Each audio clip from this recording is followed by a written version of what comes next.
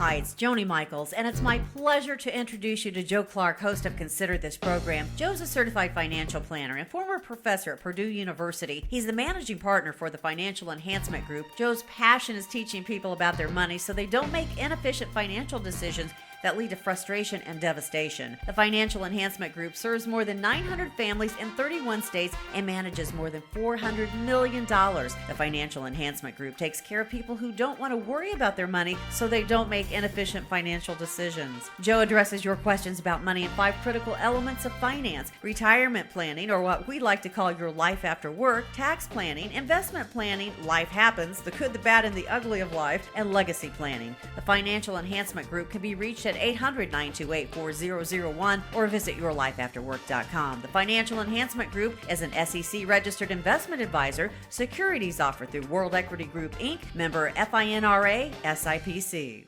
Well, good morning and welcome to Consider This. I'm Joe Clark, your host. And I'm Angie Kinzer. Happy to have you along, Angie. Hello. Mr. Dilger is not with us today. That was the DJ's fault. That's mine, the host, the big guy. Yes. Apparently, this 2-day flu that was going around got me earlier. You may still hear it in my voice. But happy to report that I am fine. We just had to do the show at a different period of time, so missing Mr. Dilger this week. And I hate that, too, because, you know, the Super Bowl's coming up this weekend. So and we wanted to get his intake. You know, for those of you who don't know, Ken was a tight end for the Colts for, I think, 6 years, played for Tampa Bay and won the Super Bowl for another 4. He does have a ring, though he does not flaunt it. I will. No. You know, I've tried to get him to bring it in just so I can, you know. I've held the trophy. You know, when the Colts won. I just didn't get to do the I haven't had a Super Bowl ring yet. But. Well, I figured we could talk about that at the end of the show. But OJs are for sale, so you know you can still they're always available. Oh yes, that's true. Okay, so do you remember a movie that was out? I mean, years ago. Leonardo DiCaprio was in it, and it was called Catch Me If You Can. Absolutely, great movie. Okay, yes, and so the guy. It's a long one. Get 2 popcorns. Well, the guy that was really written about, and I hope I can say his last name right, Abigail, he now tours around and talks and is a speaker. Mm-hmm. And what he talks about are potential gold mines for scammers and how you can avoid those.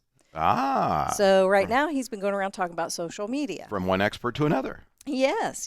And so he has given his top 5 things never to do on social media. Okay, I'm listening. As a scammer, how he could take that information and run with it. Absolutely. Never put your maiden name or your first pet's name. I agree. Somewhere in your story. Never give exact details of an upcoming vacation. Ever. We never post until we return, if we post at all. Don't turn on your personal location, which is kind of the that same. One's, okay, yes, if you're gone, I'll buy that. Where you were born and exact date of birth. And then here's the thing. He said people don't even think of this one, especially on Facebook, about putting an up-close, really clear picture because people can take those pictures and use them for facial recognition. They really can. They can do amazing stuff. You know, it was interesting when we moved our money to TD Ameritrade in 2012, 10 maybe, I think it was 12, been a while. They told us that people would steal $500, and about 2 years after that, so somewhere around 2014-15, they said, no, they're after $50,000 or more, and they're going to research your social media for 18 months so they know your pets' names, your vacations, the places you travel, so they can get through security. I just hate that. It's a great article. Beware of that, and if you want more, Angie can send you on that. Give her a call at 800-928-4001. We will get into the show. Hard to believe it's February, ladies and gentlemen, but here we go. Hi, Joni Michaels here. Joe's been hosting financial radio programs for over 20 years, and during his 7 years at Purdue, Joe developed the 5 critical elements. You see, there are 5 areas we all go through that can impact and even derail our retirement plans. YourLifeAfterWork.com has been focused on you on your retirement for over 20 years. You may have had a 401k as well as IRAs. Those are all defined contribution plans. Consider this program is about your defined contribution plans becoming defined distributions.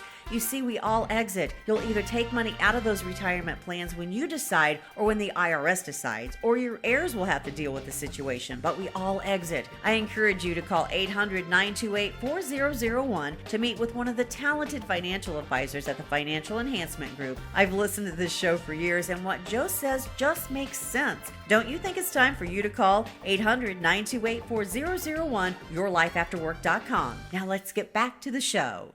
Somewhere in your kitchen there is a drawer, and I'm willing to bet, and I'm not Houdini, I'm willing to bet somewhere there's a hammer, a screwdriver, a pair of pliers, and other tools that probably do not belong in the kitchen, and yet they're there. I don't know why. It just happens in almost every kitchen I know in America.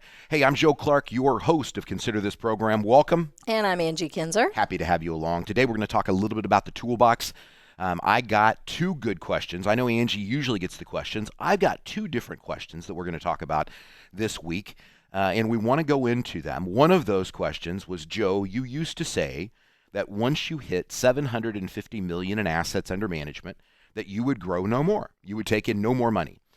Because that would hurt the existing families that you have at $750 million. All the white papers back then had the math in them that said if you managed more than $750 million, you had eliminated part of the things you can invest in because of the mass of how much money you had to have, what we would call volume in the industry, correct? And you know, the problem with doing a radio show for 22 years is people remember stuff, right? Yes. And the challenge is the market is about 5 or 6 times larger. So the point is still true. I haven't seen the data for a couple of years, but the point is still true. About 20% of the stocks in the U.S. economy are what we would consider large cap, and yet 68% of the mutual funds were large cap. Right, so that ought to give you an idea there's a problem. Many of the mutual funds that are running around are in the billions, you know, not 750 million. There's probably a cap that's closer to 2.5 billion now based on the size of the market. There are things that we can't buy at the Financial Enhancement Group because of our size, and you know we're north of 450 million in assets. There are some things we can't buy because the volume is too thin. But most of the things we still can buy just because of the virtue and the size of the market. So it was a great question, Angie. But what we really wanted to get into is the toolbox. Twice a year, every other week, we have a planning team meeting. And we do that online and Zoom meetings and things like that. And it's very, very simple. I don't believe any one person, including yours truly, has the capacity to do this on their own anymore. I just don't. It is too complex. It's too moving. We had a major tax code change that happened at the end of 2017, effective 18. That was the most significant tax code change since I started my career in 1987. The change actually occurred in 86. It was overwhelming. And we just had it again December 20th of 19 with the Secure America Act that everybody's dealing with. As Bob Keebler, one of my friends, says, everybody has to reconsider everything. And that was in an article I think I wrote for the Herald Bulletin last week. If you want to go get it, if not, you can call Angie at 800-928-4001, and she can send that to you. But the point is the rules and the things in this world have changed so much that it requires a team. So we have a planning team call every 2 weeks where everybody on the team, there's about 8 of us that are in the financial planning unit right now, that go over people or in situations that we saw, to make sure that everybody would answer it the same way. That if anybody had any insight that one of us missed, I want to know about that. Because there are things that change all of the time. I can't read everything. And, Aaron, our director of financial planning, reads a lot. And we have our allocation team that submits stuff to us.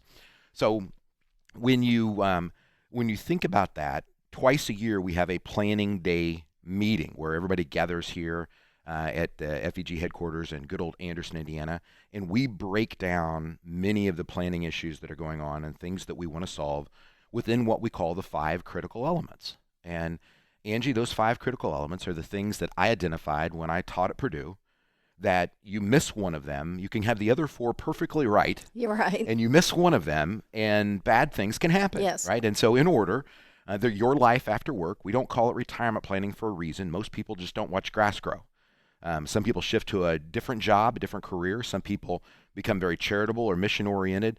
People do different things, but most people don't just sit at home that we end up taking care of. So your life after work, the second is the annual tax plan. The third is the investment playbook. How do you adapt to the coronavirus and the things that are going on in volatility in the market? The fourth is life happens. It's the good, bad, and ugly of life that you may only have to deal with once or twice in your life, that we deal with with 1,000 families plus that we take care of. We deal with it literally on a monthly basis, what those challenges are. And then last is the legacy plan. When you're done, who gets what, right? So back to your drawer in the kitchen, you have a toolbox.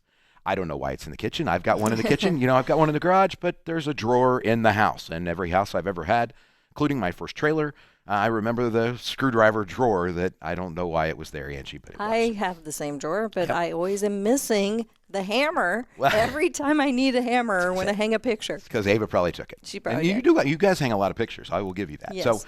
So the first tool that people know about and have heard about forever is a stock, sometimes called an equity, right? So a stock is ownership in a company. That's all that it's saying. So there's a company that goes public, it raises capital, and you've invested in that company. Now, we're going to talk a little bit about relationships throughout the next couple shows because Valentine's Day is coming, and I want my fellow listeners that are male to be prepared for the day that Hallmark is sent upon us. Yes. That's my version of Valentine's Day. But for years and years, I've said I've married my wife. I date my stocks. And you have to be prepared for what that means. It means it's okay to have a relationship long term with a spouse, the mother of my children. That doesn't mean that I need to hold on to a stock because of what it did for me for 10 years ago, right? So those are stocks. Now, most of the time, those stocks are wrapped in a thing that are called mutual funds. That's what you have most of the time inside of your 401k plans. They're called open-ended mutual funds. And what that means is you put money in, I put money in, Angie puts money in, the rest of my team put money in individually. It goes into this bucket. There is a manager, a male, a female, or a team. A lot of female managers in the mutual fund world anymore. Sometimes they're better at managing their emotions sometimes than men are. So you've got a manager that's in there that's managing the money inside of that trust. And then when you want your money out, you say, hey, I want to sell. They give you a price that's called NAV or net asset value. You liquidate they redeem your shares for all intents and purposes. So you put the money in, they're responsible for getting the money out. That's an open-ended mutual fund. We don't use them. I never have used actively traded mutual funds. They don't make any sense to me when I know that there's a thing called an exchange traded fund that is available. And we spent a lot of time going over why exchange traded funds are tax efficient. People don't recognize that. They have an unfair advantage, in my opinion, that's unfair, though I will certainly take it because I'm an ETF user. But if you would like, there's about a 10-page report that we found that is very, very good. If you really want to get into the nitty-gritty and the details, if you will email Angie at considerthisprogram@yourlifeafterwork.com, we can get you that. Or give her a call at 800-928-4001, or simply go to the website, yourlifeafterwork.com, and you can leave us a message there. But happy to forward that along. An exchange-traded fund, for the record, is typically it's a passive investment. So think S&P 500 index, except there's tons of indices that are out there. It could be one that is actively traded. There's less than 3% of the environment that's that way right now. But you put money in by buying a unit. You can do it any time during the day, but my money is separate from Angie's. Right, even though we're both the same age now, because she just had a birthday. Even though we're the I'll same always age, be younger. Yes, I get it. By months. Even though we're the same age, we're dramatically different in life in terms of where we are and many other things that are going on. An exchange traded fund lets us own the same thing, but not own it together. So the impacts and needs on my life don't have the impacts and needs on Angie and the things that go on. That's why we like ETFs. Great question. Certainly appreciate it. Remember, if you want to do this on your own, God bless, that is your business. But if you're looking for a fiduciary, that's our business. Give Angie a call at 800-928-4001. Hi, Joni Michaels here. We know you care about your money, but are you tired of worrying about it? The Financial Enhancement Group takes care of people just like you who don't want to worry about their money. As fiduciaries, the team at the Financial Enhancement Group will care for your nest egg just like they would care for their own. If they were in your situation, there are many decisions you'll need to make as you face retirement, and the team at the Financial Enhancement Group is here to help you. Call 800-928-4001 or or go to yourlifeafterwork.com to set up a time to meet.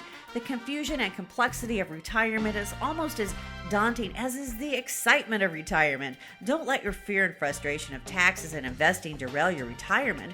Call the Financial Enhancement Group at 800-928-4001. They'll give you a complimentary second opinion on your strategy for retirement. Begin your adventure in your life after work. Call 800-928-4001 or yourlifeafterwork.com. Now back to Consider This program with Joe Clark.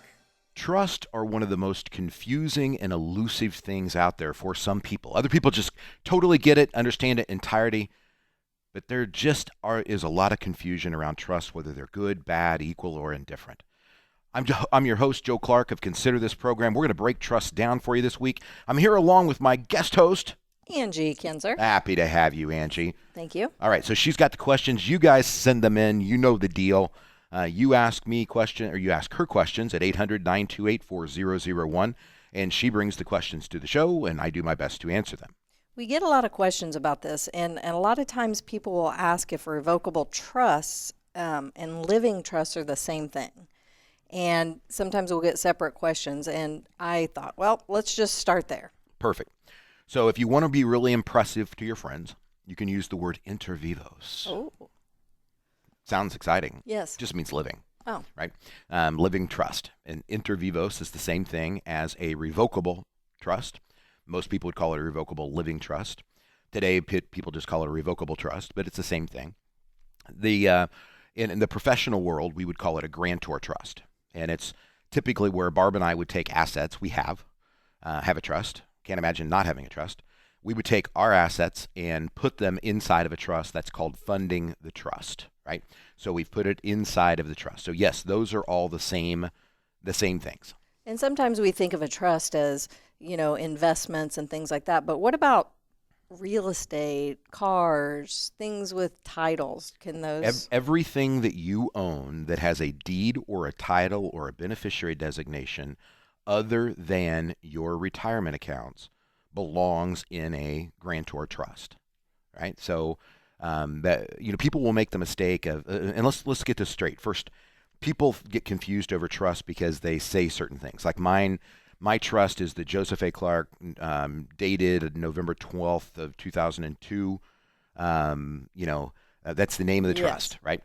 It's so confusing to people. Just think about it as a company, right? The Financial Enhancement Group is under a different tax element than a trust, but they're both the same thing. It's merely a mechanism holding it, right? I don't technically own the Financial Enhancement Group, but I own everything in it, right? Or a large part of it, and my partners.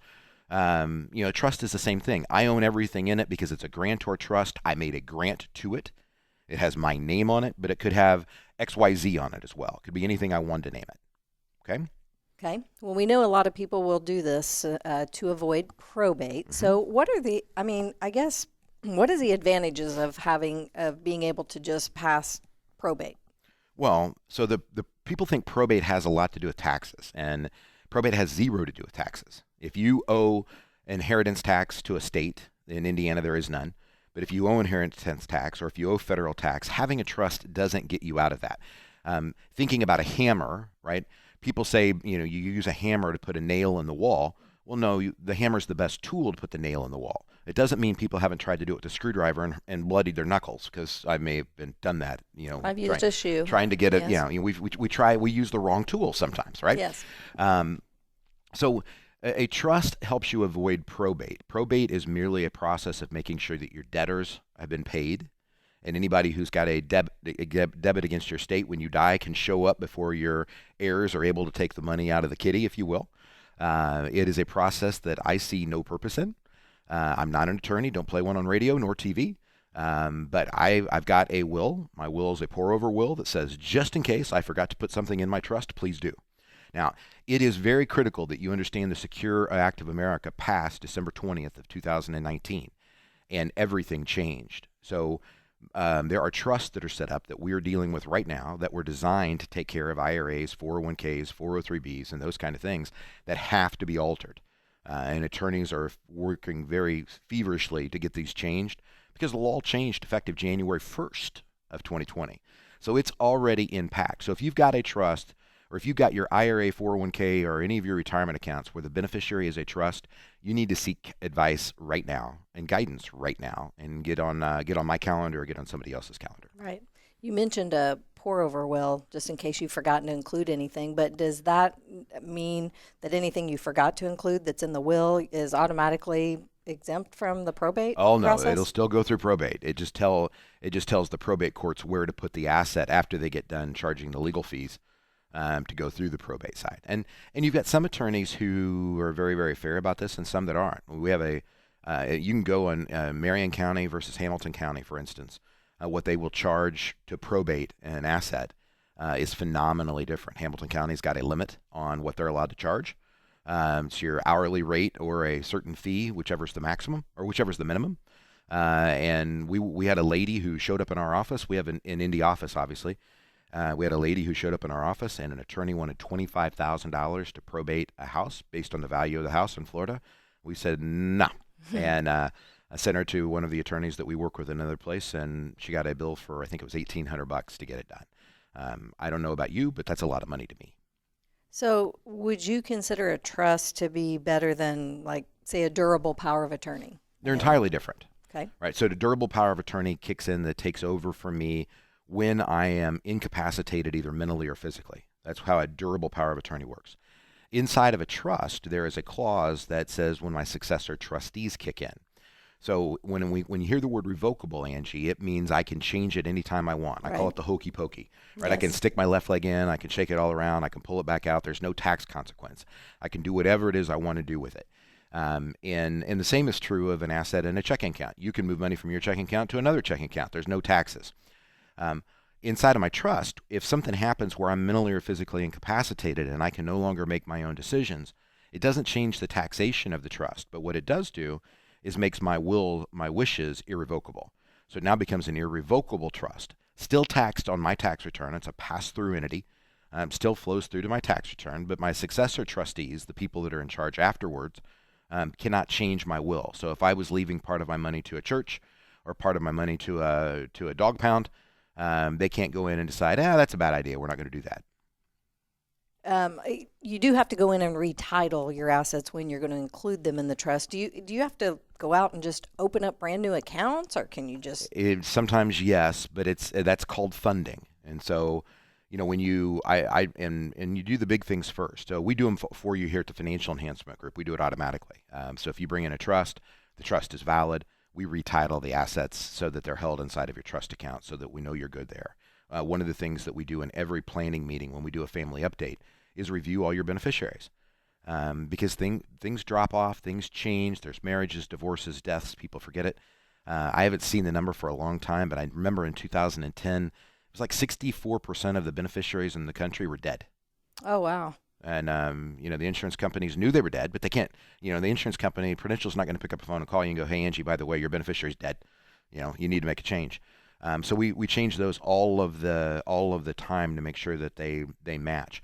But that funding process is doing a quit claim for your house, right? Not a quick, not Q-U-I-C-K, quit, Q-U-I-T claim. Do it at the courthouse. Pretty simple to do. We have attorneys that help with that when people who want it.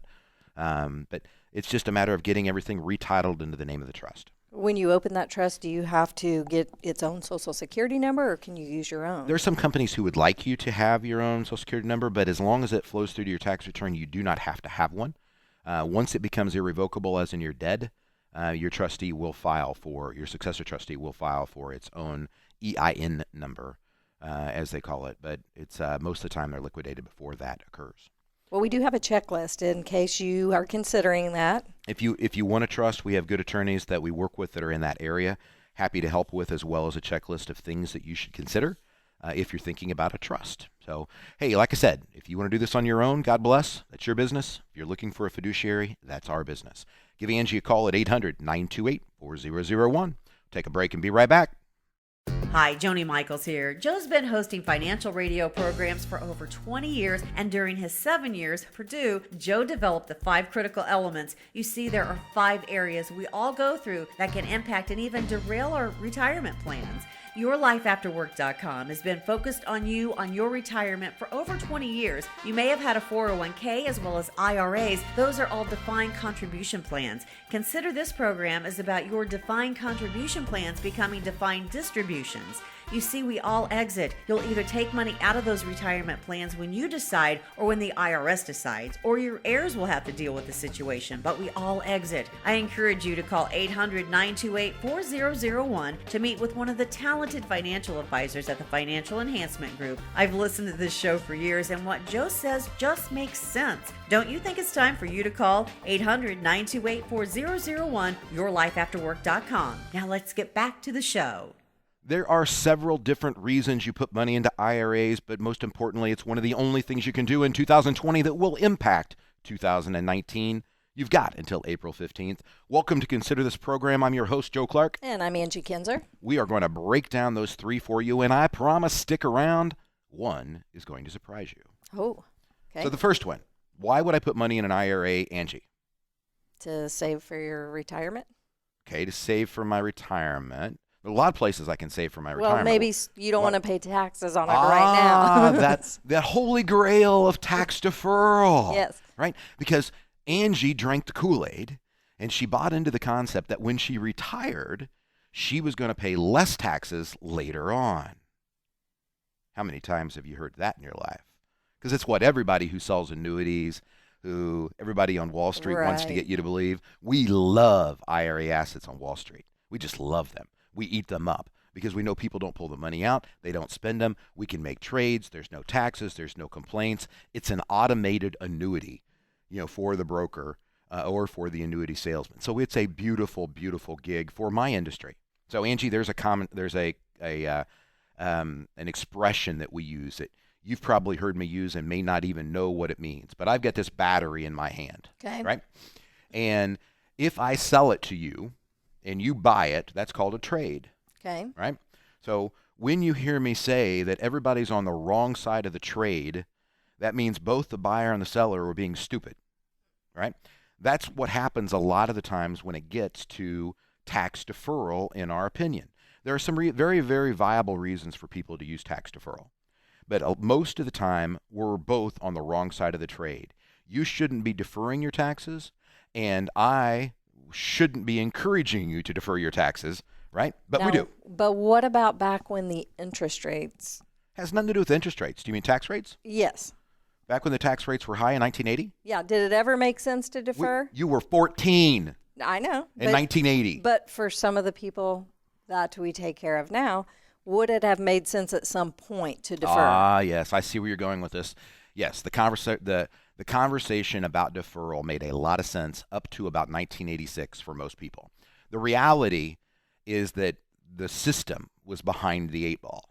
We created defined contributions in 1980. Reagan changed the tax code in 86. People had already made decisions. Never forget, keep this in front of you. It's one of my posters. Benjamin Franklin said most men die at 25. They just wait for their bodies to catch up.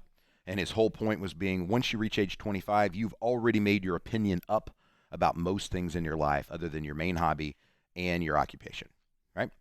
And a lot of us, in the world of over data, I think we fall into that trap, right? So, yes, for a lot of people at 25, back in 1986, tax deferral made sense. And honestly, you really didn't have an opportunity in your retirement accounts in your 401k until 2002 or 2003, and your employer still had to provide it.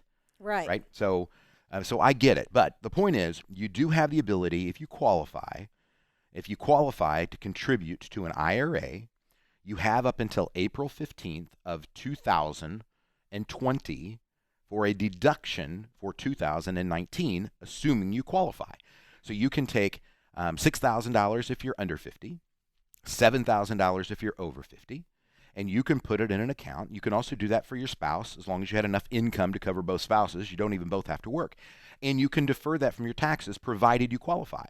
Now, interestingly enough, in 2019, you couldn't do that if you were over 70 and a half. In 2020, you can do it at any age as long as you have earned income to come up with the thing. It was part of the Secure Act that people aren't talking about. That's a tax deferral. The second thing you can do is to say, you know what, I've got money sitting in this account. It's been exposed to taxes. I'm not using it. It's money you've already got, you've already paid taxes on, And now you have the opportunity to qualify for a Roth IRA unless your income is a lot higher. In fact, you still have to have earned income. There was never an age requirement. And bottom line, you can get the contribution back if you need it without a penalty. And so you've got this money that's sitting over here in an account already taxed, right? And all you have to do is open up a different account to make it tax-free forever, it and all of the growth on it. And you're limited to how much you can do that on every year, but you ought to do it. I've got a guy, he says, Joe, my broker is my best friend. I go, I get it. I understand.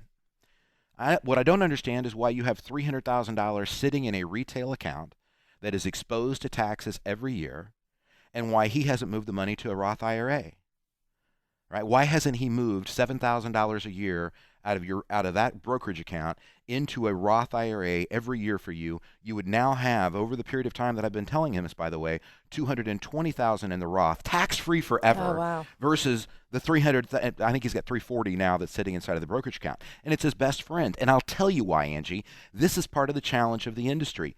We don't want little accounts. Wall Street doesn't want to mess with little accounts. They're administratively expensive. Your liability is just as much if I'm dealing with $1 million account as much as I'm dealing with a $7,000 account. And so people are made to feel like, well, we're not wanted, right? Right. And so I can't tell you you're not wanted. We will always help you and send you into the right place regardless of where you are. Some of our processes may not match what you need if you only have $7,000.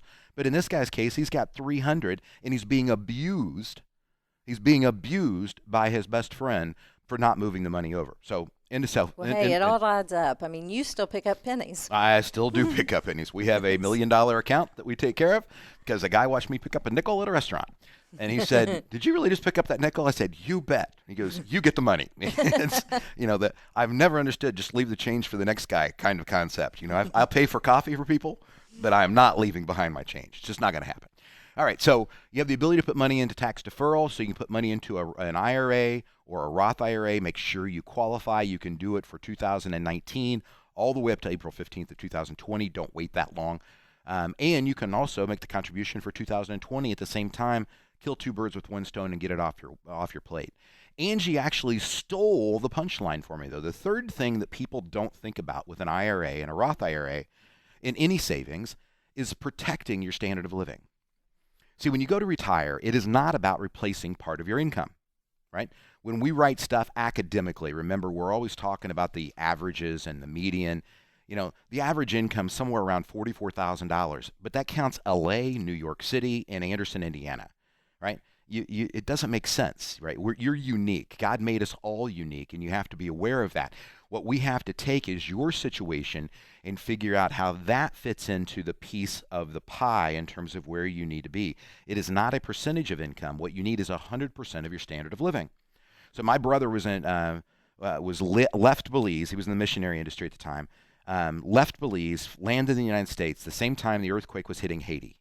That not everybody even remembers, but it was a tragic, tragic event. John gets on a plane and goes back to Haiti because we have missionaries there, so he's going to rescue him. I was mad as a brother, but that's beside the point. He calls me the next day and he says, Joe, they're crying and singing in the streets. They're full of joy. And I go, John, they had nothing yesterday. They have nothing today, right? They're just happy to have life.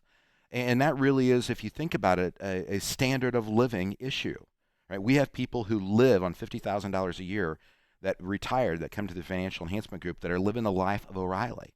We have other people who get 120 grand a year out of accounts that are depressed because they were used to spending 200. Right? It is protecting standard of living. So here's the deal. Every dollar that you either save or eliminate debt is a dollar you're not spending. It's a dollar that's not going towards standard of living. So it's not that I'm in love with IRAs or even in love with Roths, so I am. I kind of love the idea of tax-free Yes. growth forever.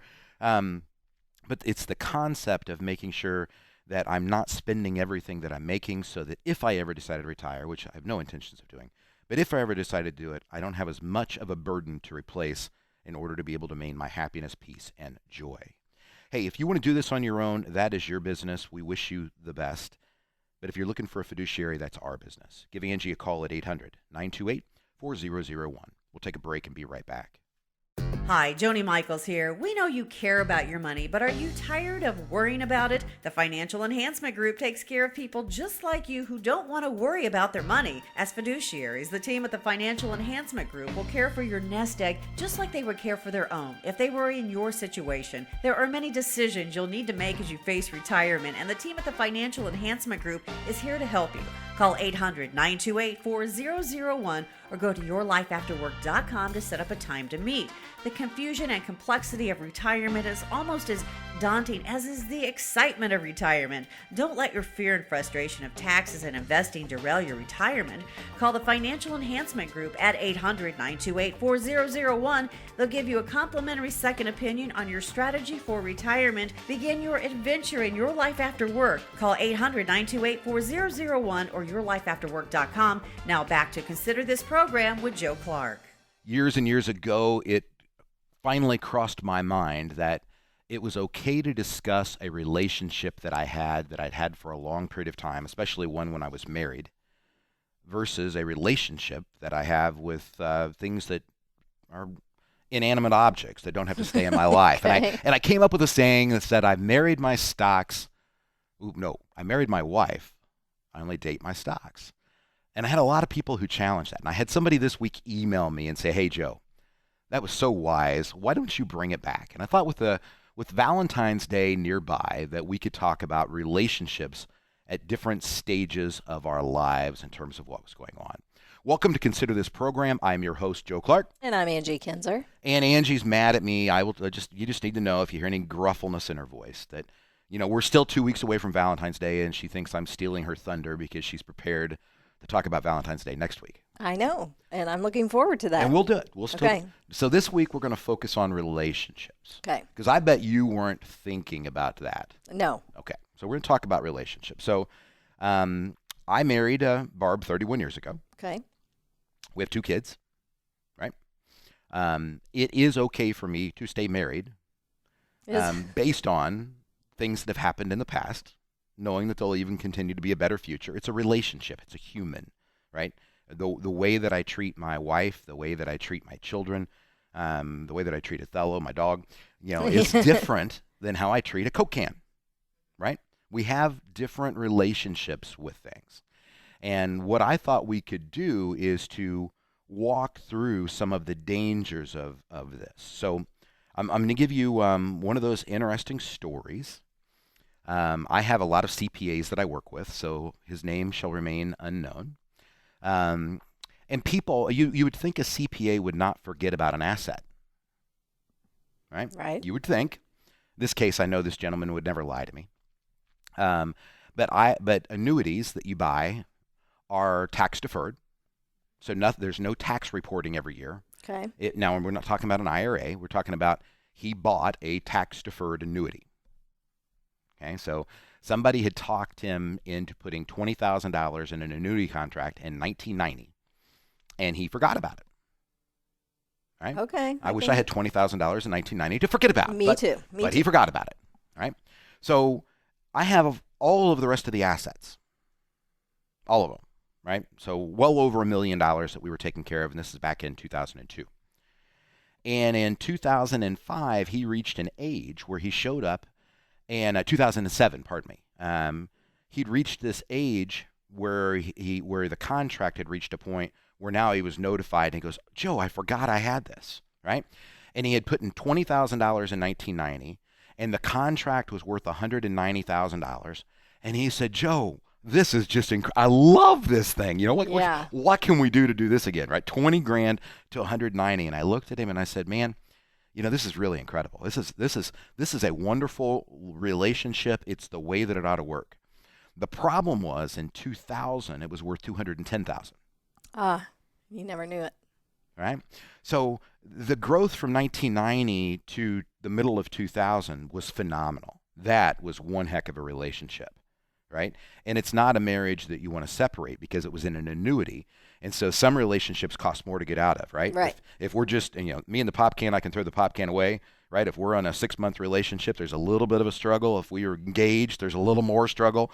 God forbid we're living together, right? But we get married, there's a cost to get out of that deal, right? So when you're in an annuity, make no bones about it, folks, there is a cost to to get out of it, right? There's surrender penalties and fees that you have to deal with, but there's also a tax code that you have to deal with that keep a lot of people trapped inside of that annuity environment. They don't think they have any choice. We'll have people say, Joe, I'd love to come talk to you, but it's all stuck in annuities. Folks, give Angie a call, 800-928-4001. There are things that you can do that keep you away from the tax man, but get you in a much better situation, especially with fees and expenses. So if you bought an annuity or annuities and you don't want to talk about them, I understand.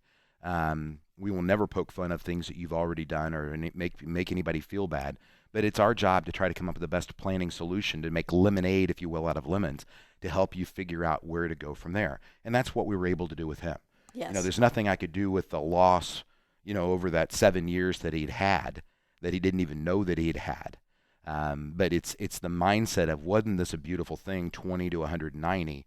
Yes. But it was a whole lot better to think about 20 growing to 210, right, and being able to move the money in a different direction. So that's what can happen with relationships.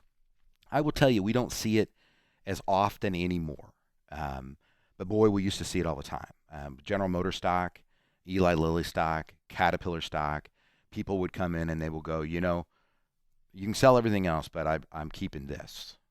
I'm keeping this, right? Or, and they were stuck by the tax man again. They didn't want to pay the long-term capital gains.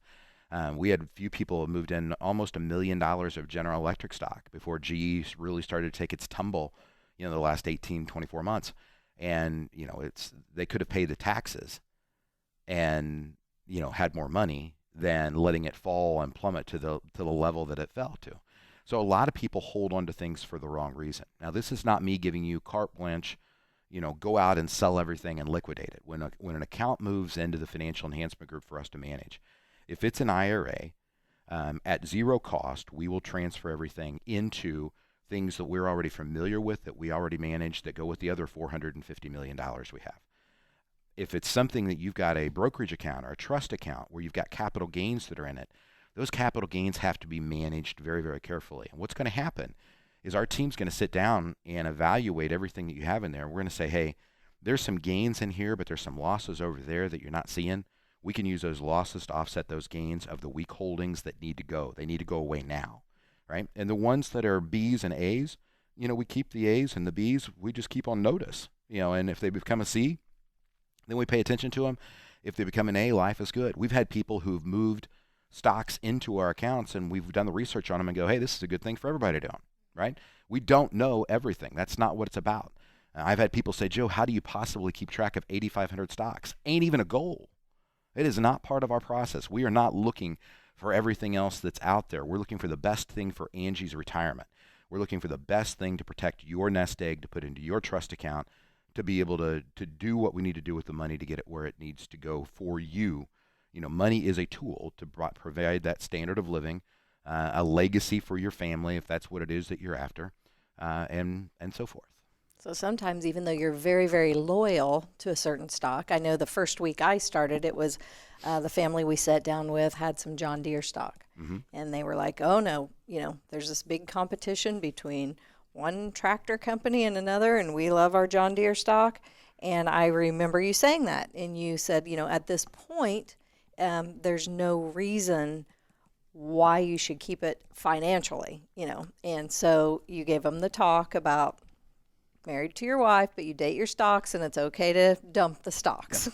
And it was also okay to buy it back. That's the other thing. Yes. I can go back to dating, right? Yes. Just because I dumped a stock one day, their feelings aren't hurt when you buy them back and dump them again, right? This is not a human relationship. And there are many things. We've bought Apple. We've been long Apple. It means we own it since 2006. But we've bought some and sold some at least 6 times since 2006, based on where the market is at a time and where an economy is at a time and the volatility of the position at the time. So it's okay to separate, get back together, do those kind of things. It's not a relationship with a human. Control your relationships. Guys, do not forget Valentine's Day. I think it's Friday, February 14th is coming. Succumb to Hallmark, buy a card. It is cheaper than the alternative. Hey, you're listening to Consider This. I'm Joe Clark. Give Angie a call, 800-928-4001. If you're looking for a fiduciary, we're here for you. Hi, Joni Michaels here. Joe's been hosting financial radio programs for over 20 years, and during his 7 years at Purdue, Joe developed the 5 critical elements. You see, there are 5 areas we all go through that can impact and even derail our retirement plans. YourLifeAfterWork.com has been focused on you on your retirement for over 20 years. You may have had a 401k as well as IRAs. Those are all defined contribution plans. Consider this program is about your defined contribution plans becoming defined distributions. You see, we all exit. You'll either take money out of those retirement plans when you decide or when the IRS decides, or your heirs will have to deal with the situation, but we all exit. I encourage you to call 800-928-4001 to meet with one of the talented financial advisors at the Financial Enhancement Group. I've listened to this show for years, and what Joe says just makes sense. Don't you think it's time for you to call 800-928-4001, YourLifeAfterWork.com. Now let's get back to the show. Well, good morning and welcome to Consider This. I'm your host, Joe Clark. And I'm Angie Kinzer. Happy to have you along. Here's the deal, folks. Every week we do Consider This program. It comes here on the airwaves if you're listening to it across the country, primarily in Indiana, but it's in another 30 states, I believe, right now. But more importantly, we have the podcast, Consider This program. You can download anywhere if you want any of the things that we talked about. The program is brought to you by the Financial Enhancement Group. I'm fortunate enough to be the managing partner. Angie's our program director, but been with us for almost 8 years now. Yes. It's kind of an amazing thing. What we offer at the Financial Enhancement Group is very, very simple. We call it the Next Steps program. And it's really what I built this radio show around, if you will, years and years ago. But Next Steps is simply this. If you give Angie a call at 800-928-4001 and you say, hey, I want to come in and talk to an advisor, I'm going to promise you 3 things when you come in, whether you meet with me or whether you meet with somebody on our team. That's one, we're going to tell you things you need to consider today.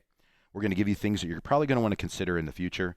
And more importantly, if we choose to partner together, we're going to tell you things that FEG will do for you and put it into writing. That's our Next Steps promise. That's what we do. So what I try to do on the show every week is give you things that you want to consider. At the Financial Enhancement Group, we reduce financial regrets. That's our job, if you will. But we do it by taking care of people who don't want to worry about their money. And we know some of you still want to do this on your own, and that's your business. God bless. But if you're looking for a fiduciary, somebody who has to treat legally your money as if it were theirs and we're in the same situation, that's our business. We're fiduciaries, and we have a team of 27 people. We'd love to sit down and have a conversation with you. You can give Angie a call at 800-928-4001. So in the 4 segments we had today, we talked about the toolbox. I contrasted exchange-traded funds with mutual funds and stocks, the difference. We had a question, and I used to tell people once I crossed $750 million in assets, we wouldn't take any new families in, and they said, why is it different today? And it's because of the market growth, the way volume is trading and the way the market is. In 1996, there were actually about 300 more publicly traded listed stocks than there are today. There's been a contraction in the number of stocks that are traded, but the size of the market is, 7 or 8 times greater, if not more, than where it was at that point in time. So that's changed a little bit of the research in the white papers. There's still a limit. I still probably won't cross $2.5 billion based on what it is we know right now. But exchange-traded funds are wonderful tools. I strongly encourage you to learn about them. We have a paper that you can get if you would like it, and a checklist as to why ETFs are better than mutual funds. Give Angie a call at 800-928-4001, and you can ask for that or just go to our website at YourLifeAfterWork.com. Angie, topic number 2 was revocable trust. Revocable trust. Are they good or bad? Good. Say it depends, because you can't say everything's good. I guess I was looking at it as opposed to not having one and just letting everything go through probate. I was just trying to play the devil's advocate. I think they're good. Okay. I can't imagine not having a trust, though I can clearly show you people who don't need one. Right. Right. I mean, if your only purpose is to avoid probate, there's now enough things that we can do to keep you out of probate, even with your house, that we can keep you out of probate without having a trust.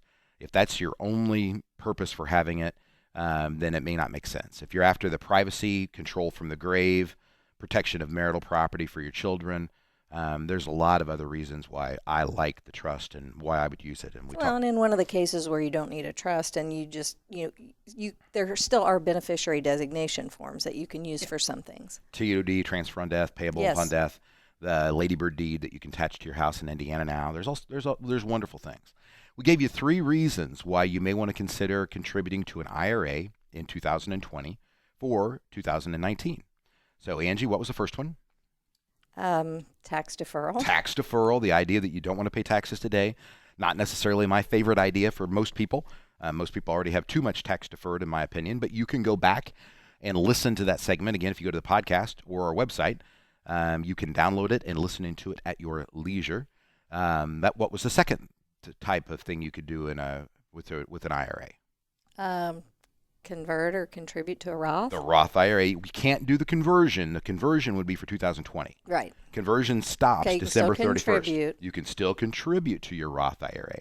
But here's the one that I think people miss, and it's really one of the most important things I think we help people understand when they come in to begin that retirement planning process.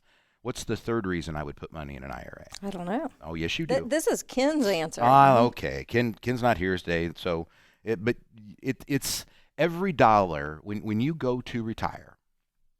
It is our job to help you replace 100% of your standard of living. Nobody wants to have a lower life when they retire, right? You go online and you'll read these academic articles that say you need about 70% of your income to retire. Well, I have no desire to put me or you or anyone else in a box. God made us all unique, right? What you need is 100% of your standard of living. And we're going to go through a very complex process where we'll help you create a retirement budget, help you understand what your fixed expenses are, what your what we call social expenses are, so you know where you are in the universe, know what it is that you need to be able to replace that standard of living. And we can project that a few years out into the future, or we've dealt with people who've already retired who didn't understand that concept. They didn't feel free to spend money. It's not natural to take money out of an account when you don't think you have the money, when you don't think you need the money. Right. Actually. But the tax code says this is not the most optimal way to do it. We try to give you the most optimal way with our CPAs, me being a CFP, our CFA, our charter market technician, our enrolled agent. We've got an awful lot of credentials and experience hanging around to try to help you make the most out of what you have. So the third reason that you put money into a tax deferred or into a Roth or even pay down debt is it's $1 you're not spending at the movie theater. It's $1 you're not spending at Disney. It's $1 you're not spending at whatever your favorite fun, leisure hobby is. It's not $1 you're using to pay a cable bill. Those are all standard of living issues. People used to tell me when they retired, Angie, that they'd go to boxed wine. Oh. Or they'd no longer buy a new car. Or, this will be the last time we go on this trip. And I'm looking going, this is, I have a rule, and Angie's heard me say this for years. You can give up chocolate to lose 40 pounds. You cannot lose 40 pounds and then give up chocolate. That one leads to anger management, right? I mean, you do something to hit a goal, right? You've worked hard, you've saved, you've accumulated money to hit a goal of retirement, not to go to boxed wine. Right? I knew you were going to protest against the boxed wine. Not to golf. I'll quit golf. I'll give up fly fishing and I'll just go to bait casting. I'll go to used cars, even though I've always had new cars. And there's nothing wrong with any of that, folks. Drink boxed wine if it makes you happy. Just don't delude yourself into believing that you can shift from a working style of one way to a lesser life later on, and it's okay. It is about protecting standard of living. When you save $1, when you reduce debt by $1, it's $1 you're not spending, and it's less money that we've got to help you replace for you to enjoy that standard of living. Folks, if you want to do it on your own, that is your business. We wish you the best. If you're looking for a fiduciary, that's our business. Give Angie a call, 800-928-4001. Get set up for a next steps meeting. We will sit down, tell you what you need to consider today, things you want to consider in the future, and more importantly, if we partner together, things that FEG will do for you, and we'll put it into writing. Have an outstanding week, my friends. We'll see you again soon.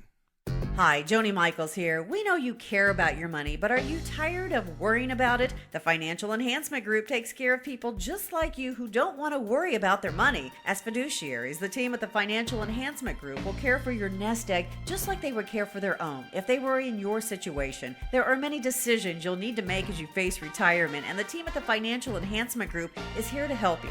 Call 800-928-4001 or go to yourlifeafterwork.com to set up a time to meet.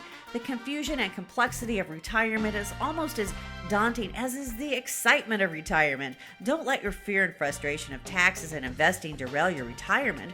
Call the Financial Enhancement Group at 800-928-4001. They'll give you a complimentary second opinion on your strategy for retirement. Begin your adventure in your life after work. Call 800-928-4001 or yourlifeafterwork.com. Now back to Consider This program with Joe Clark. Well, good morning and welcome to Consider This. I'm Joe Clark, your host. And I'm Angie Kinzer. And if I wasn't afraid of the fine and if I had a lot of money, we would have the theme song for the Super Bowl going in the background. Yes. It's that time. You know, you are, when you listen to the Financial Enhancement Group, you need to know we are a bunch of football-loving, dog-raising people. We really are. We have a few cats, but we got a lot of dogs. Yes. Right? And we have a lot of people who love football. We do love football. Angie, tell me what's happening this weekend. Well, I was going to ask you if you happen to know what number is this Super Bowl. Ooh, I was fortunate enough to get to go with the Colts, which was 44, I believe it was. Okay. 43 or 44. When they went to both of them. They went to two in a row. Yeah. So this has got to be 53, 54? 54. 54. Yeah. There we go. It's a 54. It's my birth year. I forgot that. Yes, yeah.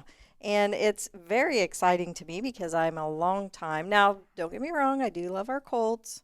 I'm loyal to our Colts, but I have always been a closet Kansas City Chiefs fan. Closet because Yes. they lose a lot. They do, but I also like the Cubs, and they ended up coming around. So we're hoping. So Arrowhead Stadium is an experience like none other. It's kind of like going to Wrigley Field. You've got all these thousands and thousands of best friends suddenly, whether your team wins or not. So it's a great atmosphere to be in.